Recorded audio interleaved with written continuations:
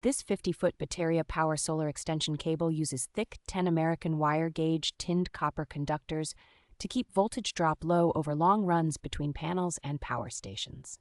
The cable terminates in standard solar connectors on one end and a rugged XT60 plug on the other, making it a convenient bridge from rooftop or ground panels to Life PO4 batteries and portable power stations.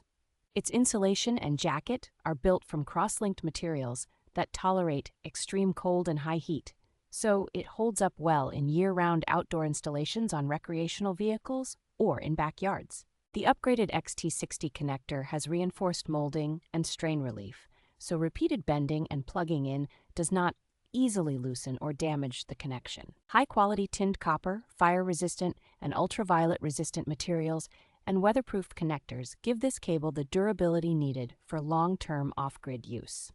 Despite its heavy-duty build, the cable is straightforward to plug in and disconnect, which makes setting up or reconfiguring a small solar system quick for most users.